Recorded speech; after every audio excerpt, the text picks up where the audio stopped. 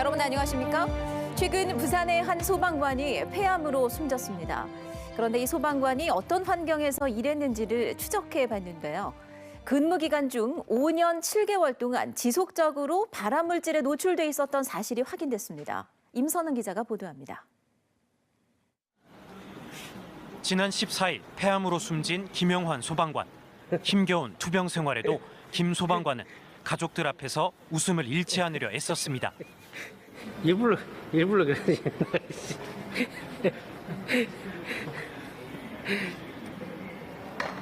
천천히 가세요.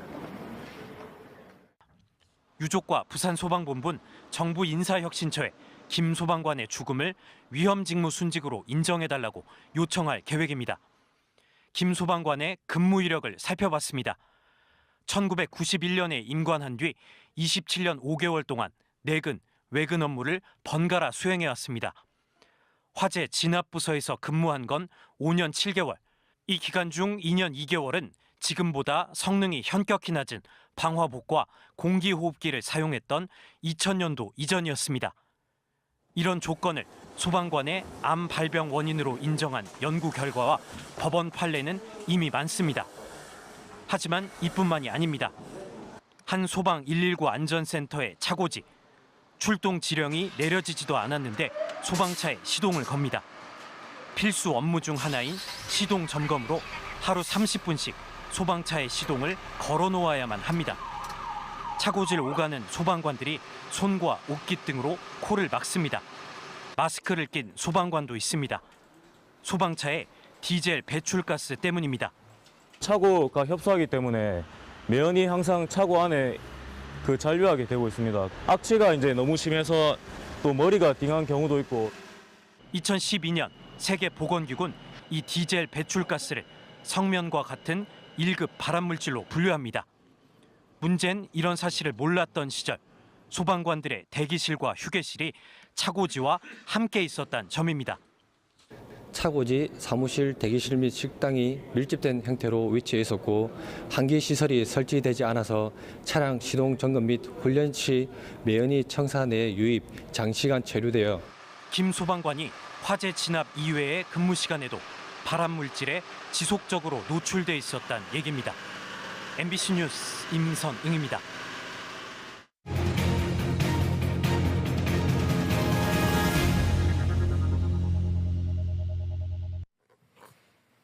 네, 어제 보도한 버스 정류장 엉터리 온열 의자 의혹 오늘도 계속 보도합니다. 자, 그럼 문제의 온열 의자를 어디에서 구입한 거냐? 이게 이번 사안의 가장 큰 핵심입니다. 저희 취재팀의 확인 결과가 당황스러운데요. 부산시 예산을 받은 광고 대행 업체가 전문 업체의 온열 의자를 사지 않고 그냥 자체 제작한 것으로 드러났습니다. 조재형 기자입니다. BRT 구간 버스 승객 대기소의 온열 의자입니다. 표면 온도 40도 이상, 늘 따뜻함을 유지한다는 거지만 취재팀 전수조사 결과 88개 온열 의자 중 17%가 20도에도 못 미쳤고 72%가 30도 이하로 확인됐습니다. 바로 이 의자 내부에 설치된 난방 필름이 바깥이 아닌 주로 실내에서 사용되는 제품이기 때문인데요. 따라서 설정 온도를 아무리 높인다 해도 기준 온도 이상까지 오르긴 어렵습니다. 이런 엉터리 제품을 만든 업체를 찾아봤더니 황당하게도 이 온열 의자를 설치한 바로 그 광고 대행업체였습니다. 필름하고 온도 조절기만. 그렇지. 나머지 SNPS라든지 DC로 바꾸는 그런 거는 이제 일상적으로 나오는 제품이니까 그걸 내가 전부 다 한 거고. 부산시로부터 대당 260여만 원의 구입 예산을 받아놓고도 정작 전문 제품을 사지 않고 자체 제작을 해버린 겁니다. 터무니없이 지금 가격이 센 것 같아서. 한 개 100만 원 받든지 뭐 500만 원 받든지 그거는 우리가 알아서 하는 거 아닙니까? 서로 맞으면. 온열 의자에 쓰인 난방 필름의 미터당 단가는 8,000원. 이 정도면 자체 제작비는 대당 수십만 원에 불과하다는 게 업계 추정입니다. 필름 난방, 그다음에 컨트롤러 이렇게 해서 한 30만 원, 20만 원이면 만들 것 같은데요. 더 큰 문제는 5개 온열 의자의 경우 반드시 전기안전 인증을 받아야 하지만 이마저도 받지 않았습니다. 한마디로 안전하지 않은 불법 제품인 셈입니다.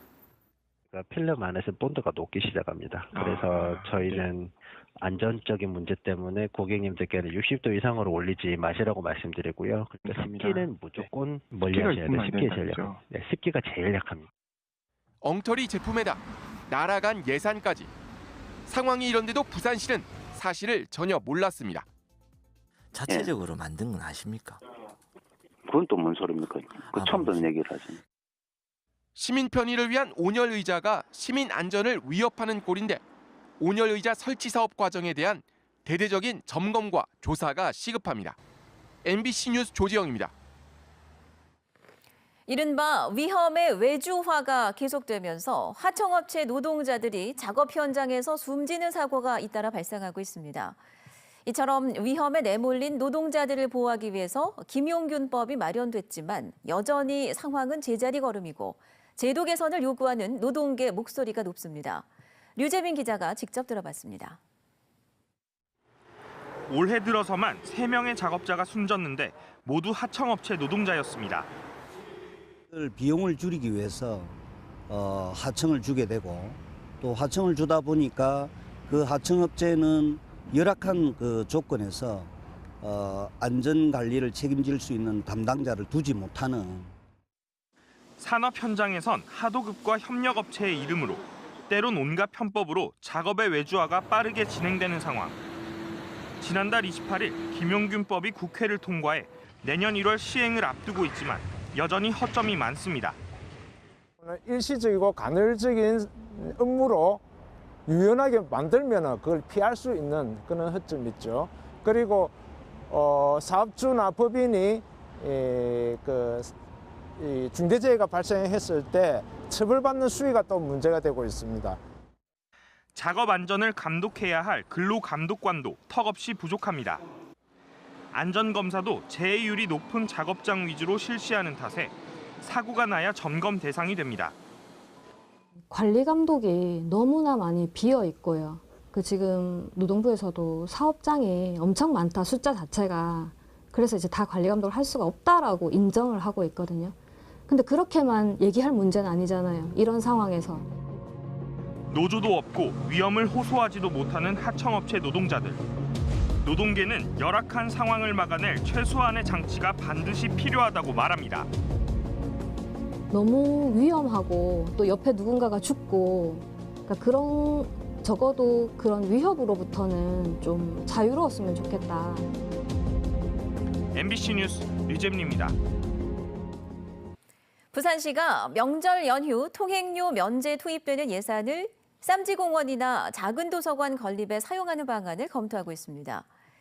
민자 유료 도로에까지 세금으로 통행료를 보전해줘 한시적인 효과를 주는 것보다는 실질적인 혜택을 시민들에게 제공하겠다는 겁니다. 이두원 기자입니다. 민간 자본이 투자한 백양터널. 부산 진구와 사상구를 연결하는 이 터널은 승용차 900원, 대형 차량은 1,400원의 통행료를 받습니다. 민자 유료 도로인 이 백양터널의 경우 설과 추석에 무료화해줄 경우 이 터널 하나에만 약 4억 원 가량의 예산이 투입돼야 합니다. 명절 통행료 면제는 지난 2017년 하반기부터 시행됐는데 설과 추석 연휴 시내 7개 유료 도로를 무료화하는 데 드는 예산은 연간 30억 원이 넘습니다.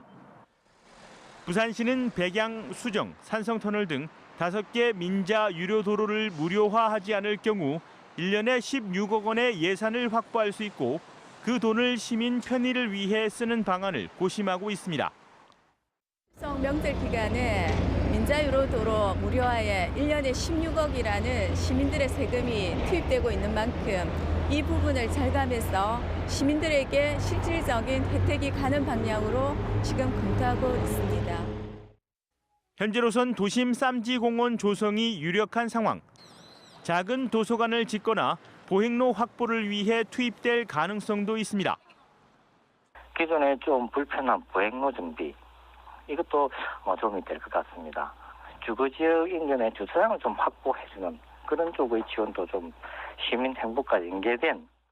부산시는 시민 의견을 수렴한 뒤 최종 결정이 내려지면 이번 설 연휴부터 이 같은 방안을 시행할 예정입니다. MBC 뉴스 이두원입니다. 부산시가 올해 출향인사 초청 신년인사회를 오늘 오후 서울 세종문화회관에서 열었습니다. 오건원 시장은 인사말을 통해 가덕도를 포함한 새 관문공항의 필요성을 강조하고 도심철도 이전 등 사람 중심 시정에 매진하겠다는 뜻을 밝혔습니다. 부산 발전을 위해 다 함께 힘을 모으자는 원팀 부산을 주제로 열린 오늘 행사는 각 분야에 왕성하게 활동하고 있는 수도권 지역 출향 인사 450여 명이 참석했습니다. 오늘 새벽 3시 10분쯤 사하구 당리동의 한 아파트 단지에 멧돼지가 돌아다닌다는 주민 신고가 2건 접수됐습니다. 경찰과 소방당국은 30분 동안 멧돼지를 추적했지만 포획에 실패했고 멧돼지는 지하 주차장에 주차돼 있던 차량 한 대를 파손한 뒤 달아났습니다. 경찰은 산에서 내려온 멧돼지가 다시 산으로 달아난 것으로 보고 소방당국과 함께 멧돼지의 행방을 쫓고 있습니다. 공무원 승진 인사에 개입한 혐의로 재판에 넘겨진 오규석 기장군수에게 검찰이 징역 1년을 구형했습니다. 부산지법 동부지원 형사 4단독에서 열린 결심 공판에서 검찰은 오 군수에게 징역 1년, 인사 담당 6급 박모 씨에게는 징역 8월을 각각 구형했습니다. 오 군수는 2015년 특정 공무원을 사무관으로 승진시키기 위해 인사 담당 박 씨에게 승진 인원을 16명에서 17명으로 늘리도록 지시하는 등 직권을 남용한 혐의를 받고 있습니다. 남대서양에서 침몰해 한국인 8명이 실종된 스텔라 데이지 호선사 회장에게 사고 발생 2년 만에 구속영장이 신청됐습니다. 부산해양경찰서는 선박안전법 위반 혐의로 폴라리스 쉬핑 김완중 회장과 전 회사 본부장, 한국선급검사원, 선박두께 계측업체의 직원 등 모두 5명에게 구속영장을 신청했습니다.